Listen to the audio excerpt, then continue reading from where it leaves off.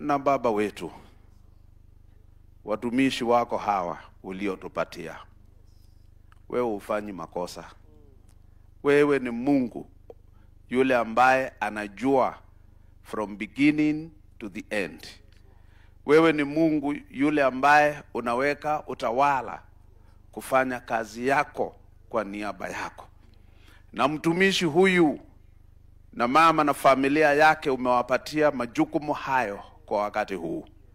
Na tunawapeana kwako Bwana, ukawahifadhi na kuwalinda na kuwatetea, ili waweze kutimiza majukumu ambao umewapa kufanya kwa nchi hii.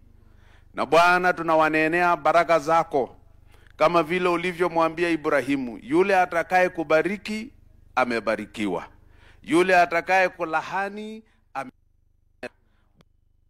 andiko hilo kwa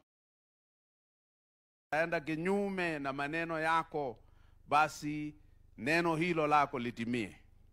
Basi tunawabarikisha kwako, ili Bwana ukawape kimbali, ukawape usingizi, ukawape kunia pamoja, ukawape kuongoza nchi hii kwa amani, ukawape kuongoza nchi hii kwa hekima. Hawawezi bila wewe, na wawezi bila uongozi wako. Basi waongoze, watimise majukumu ambao umewapatia kwa nchi yetu. Tunawabarikisha yeye na mke na familia na serikali yake na nchi ya Kenya. Tunabarikisha kwako.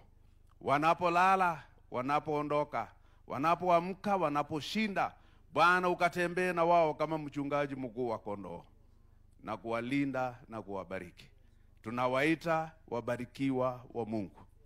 Nasi tunawabariki sasa kama watumishi wako, ukawatendee kwa jina la Mungu Baba, Mungu Mwana na Mungu Roho Mtakatifu. Amen. Tauliza